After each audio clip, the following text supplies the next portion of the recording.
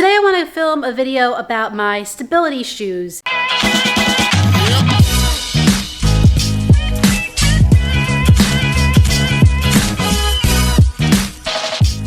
Good morning, YouTube.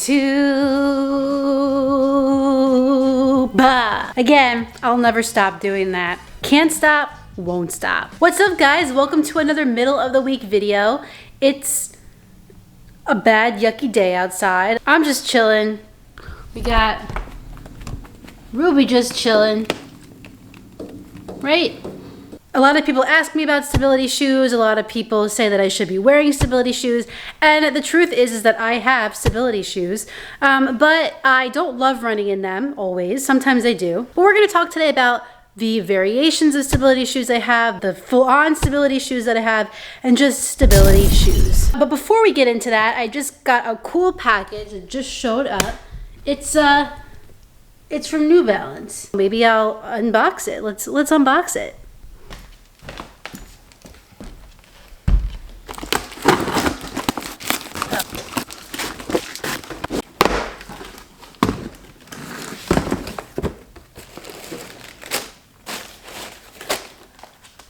Bam!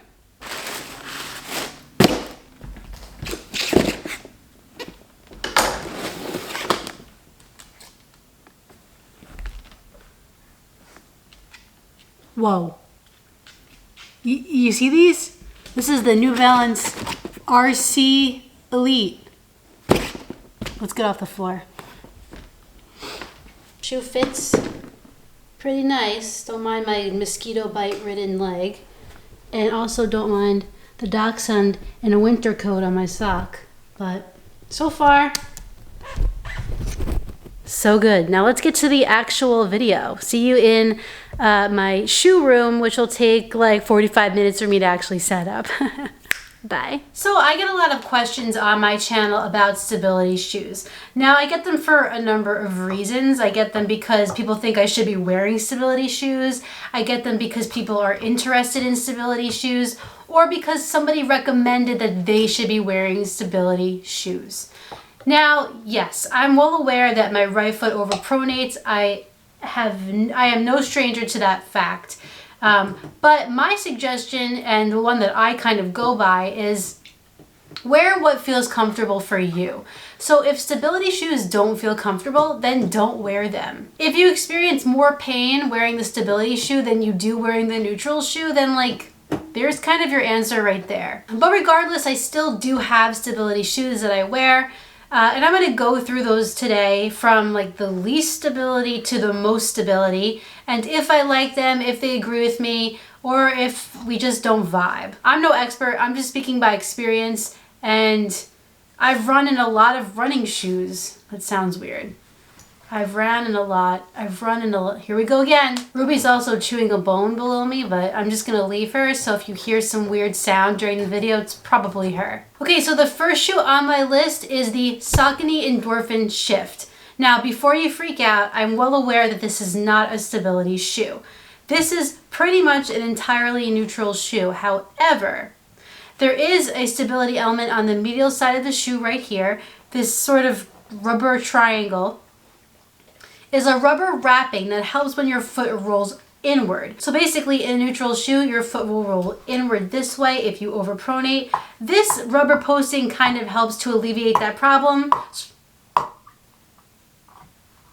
Pushes your foot from this way kind of back onto the platform in a more stable manner. Get it? For someone who suffers from some overpronation like me, but doesn't really experience pain or discomfort wearing neutral shoes, I do really like that some neutral shoes do have some built-in stability elements like this. And it doesn't get in the way of the ride of the shoe. It's perfect. And I wish more neutral shoes did incorporate these sort of elements. The next shoe on my list is considered a light stability shoe, more of a like tempo day, sort of racer type of shoe, and that is the New Balance FUELCELL Prism. I have not put out a video on my channel yet about this shoe, but it's coming. and I'm still sort of making my judgments about it. But the FUELCELL Prism is considered a lightweight stability shoe, a tempo day shoe, a shoe that you want to run a little bit quicker in, but has enough cushioning for daily training, which we love. So what makes this a stability shoe? Well, there's a couple things. So for starters, we don't have that like flaring out lateral side of the shoe like we've seen in the FUELCELL Rebel, which is basically the neutral version of this shoe, and in the FUELCELL TC, which is the like sort of trainer carbon plated shoe hybrid racer type of thing. I don't really know. Those shoes really have the tendency to make overpronators go like this because of that flare out where there's just nowhere for your foot to go on the medial side. So it's spilled over and your ankle broke like this. And then the other thing that this shoe has that makes it a little bit of a stability shoe is we also have some medial posting here right in the arch. It's a harder piece of foam right in the arch of the shoe, which helps to prevent your foot from rolling inward. If your foot starts to go this way in the Prism, this medial posting is gonna be like, well, hey, wait a minute. I have enough strength to kind of lift you back up, and it helps to roll you this way. And I really like what New Balance is doing here, again, without giving too much away, because they're offering something that not a lot of other brands are offering. We have a lightweight, sort of performance-based shoe here, and a stability shoe. My real question is, where is the carbon plated stability shoe? That's the real unicorn. All right, the next shoe on my list is a stability neutral shoe hybrid, and that is the Nike React Infinity Run. Now, Nike claims that this shoe is supposed to help reduce injury. I wouldn't say that any shoe is gonna completely resolve any potential for injury, but you know, Nike marketing, so. So this shoe is definitely more stable than the Nike Epic React, if you've tried that. And it does offer a nice sort of middle ground between the high stability shoes, which we're gonna get to, and your just basic neutral shoe. For starters, we have a much wider platform here than we have seen in the other Nike React shoes. But the main stability element of this shoe is the TPU heel clip that goes from one side of the midfoot to the other. And this sort of works as a medial posting like we saw in the other shoes where it's like bumpers in a bowling alley. If your foot starts to go this way, it'll bounce it back this way. And even if your foot starts to supinate, you'll still get a bounce back to the center. So I found this to be a really cool element of the shoe. It's not intrusive, it doesn't get in the way of a ride. This wasn't my favorite shoe by any means, but it's a great option if you're looking for something that isn't gonna be a full-on Mac Daddy stability shoe, but is gonna give you some of the protection and support that you might need. I have two stability shoes that are intensely stable, and that's just what they're meant to do. And if you're looking for a true stability shoe, these are probably the two best you can get in that class. And the first one is the ASICS Gel KAYANO 27. This shoe has a ton of stability elements. First, you got the dynamic dual max system. That's basically just a firmer piece of midsole on the medial side, kind of like the posting that we've seen in the other shoes. And it helps to reduce overpronation by controlling the movement of the foot. Then if you turn the shoe over, you got this trustic system here, which just helps to reduce the flexibility of the shoe. And of course, you got this plastic external heel counter for even more stability in case you were lacking it, which you probably weren't. So I'll be honest with you, this is not my favorite shoe to run in, but it's not the worst shoe to run in either. I find the ride of the shoe to be a little bit on the firm side, but I find a lot of traditional stability shoes to feel that way. That being said, the KAYANO does have some flexibility in the forefoot, which is pretty nice. I did experience some knee pain in this shoe, so I'm a little hesitant to run in it all the time. But if you're a person who's looking for straight up stability, no questions asked, no gimmicks, no hybrid, no neutral shoe with some posting. No, if you're looking for a stability shoe, this is one of the best options.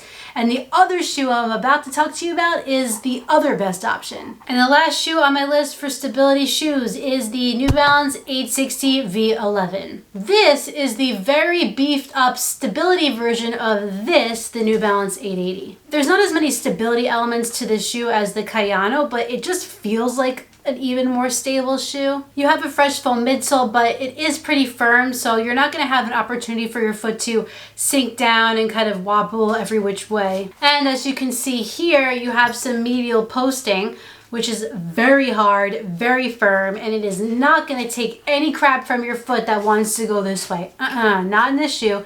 You're going to be upright. You also have a very beefed up heel counter. As you can see here, we got a lot going on to just lock the foot in place. The one good thing about the 860 that the KAYANO does not have is it has sort of a rocker tech forward.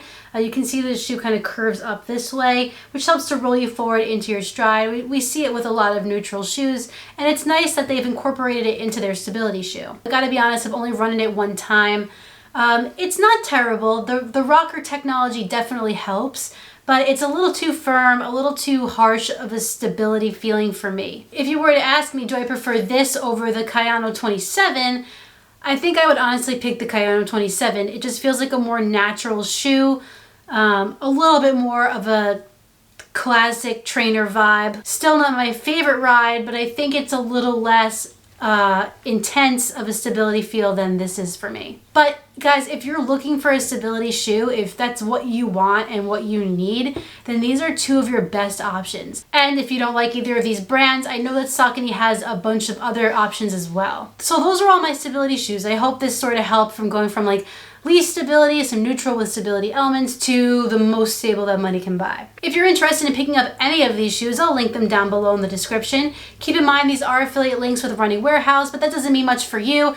It just helps out my channel so I can keep reviewing these shoes and wearing stability shoes even though I don't like them, but everybody says I should wear them. And that kind of concludes my video of stability shoes. If you enjoyed this video, please like it down below and subscribe. And when you're done with all that, hit that notifications bell down below so you can find out every time I upload a new video. I kind of like you. You're cool. I have a new video for you guys on Sunday, but in the meantime, get out there, get on the grind, and don't forget to run like heller. See you next time.